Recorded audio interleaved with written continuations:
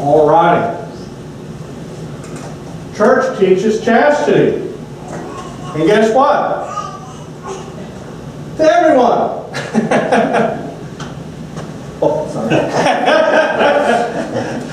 Always pick the wrong one. It's not just for those who have same-sex attraction.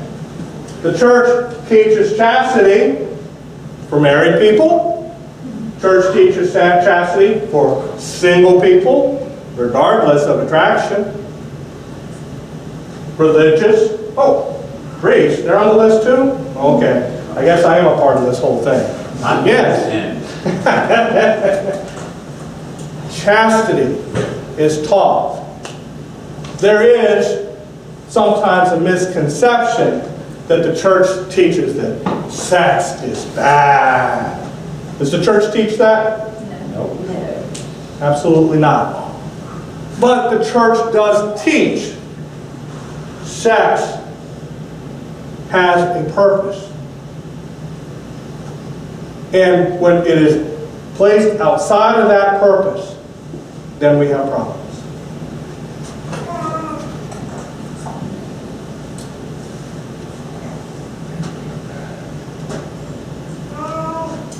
Sex. What is the purpose of sex? Children. Reproduction. Definitely, that's a part of it. To bring new life. Create new life. Love and beauty. Okay?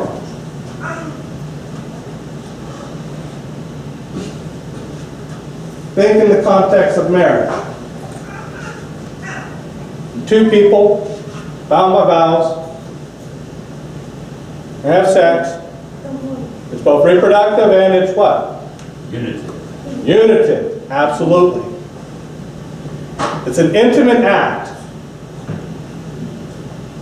For both physically, emotionally, and spiritually, the two grow together with an openness to life. That is where sex is beautiful. That is where sex has its purpose.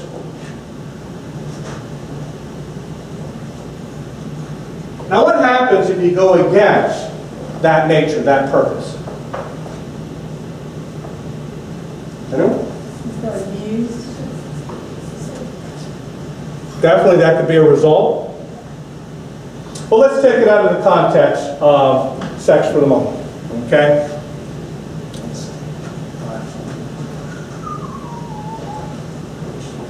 Well, my laptop, okay? Laptop has a function, correct? It's a computer, right? And right now it's assisting me by being able to do this PowerPoint and project up onto the screen and everything. It has a design purpose. Now, if I take this laptop and let's say I want to pound a few spikes in my garden, stakes, with my laptop. It's got a nice flat surface. Not that heavy, I could hold it and I could smack it down on that stake, right? And it could probably drive those stakes, right? Okay? Wow. It's going to crash. But if I do that, I might succeed in driving the stakes into the ground.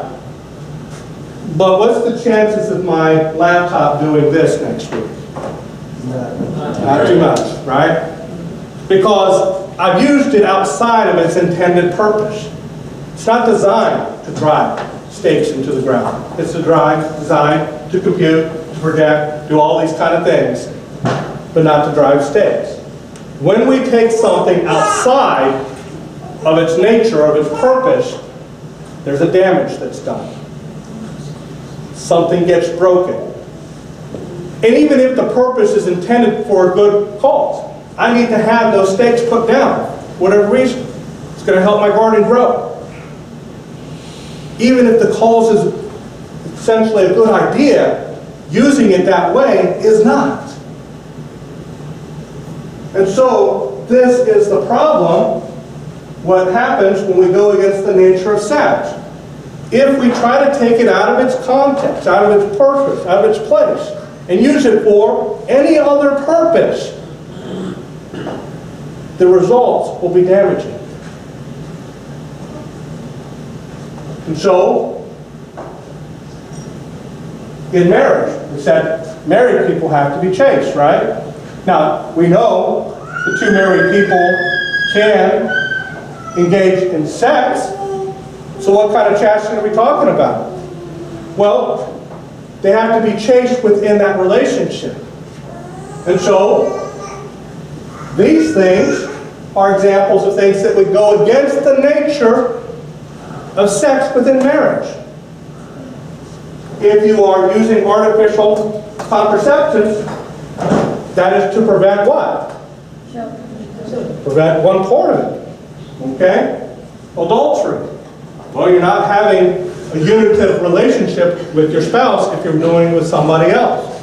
Same thing, pornography, just another phase of that reality. If you're looking for pleasure outside of the marriage,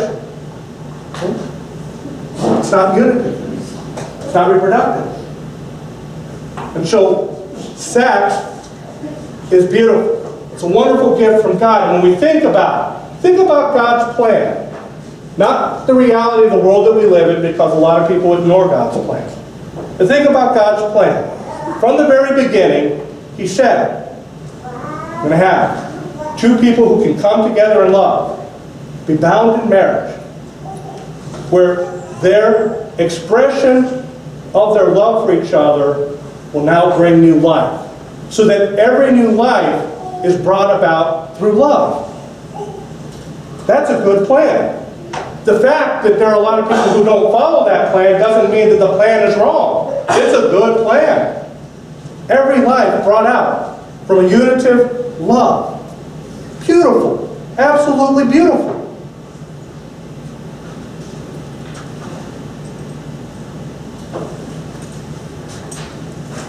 Understanding the call to chastity. Relationships equal sex. This is another big problem in our society. Every relationship seems to be sexual, at least that's the way society looks at it. And there's something wrong with that. You know? Every relationship is not a sexual relationship. Recently I went to Ohio. And while I was there, I took my little niece, Sydney. We went to a girly girl store so she could pick something out for her birthday. And when I told this story to someone, they said, oh, I'm glad you didn't get arrested, because you know how people think these days. That's the reality. That's how people think these days. They think that if two people are together, it's got to be something sexual between them, which is absolutely wrong. Absolutely no. Our relationships aren't all sexual. My goodness, no. But because of that creates problems. Part of it is it creates those judgments. Oh, you know, I saw those two people together the other night, you know, I guess something's going on between them. Really? That's what we assume as soon as we see two people together, that something must be going on. That's crazy. That's absolutely crazy. Our culture view of sex. This is what it's all about. You want to have as much as you can. 90% of the advertisements are sexually orientated. Sell our product. Has nothing to do with the product, but hey, let's throw something sexual at the people. That'll make them want to buy it. You know, some sociologists, psychologists and stuff did a study once and realized, hey, people are attracted to certain images. Use those images. And we do.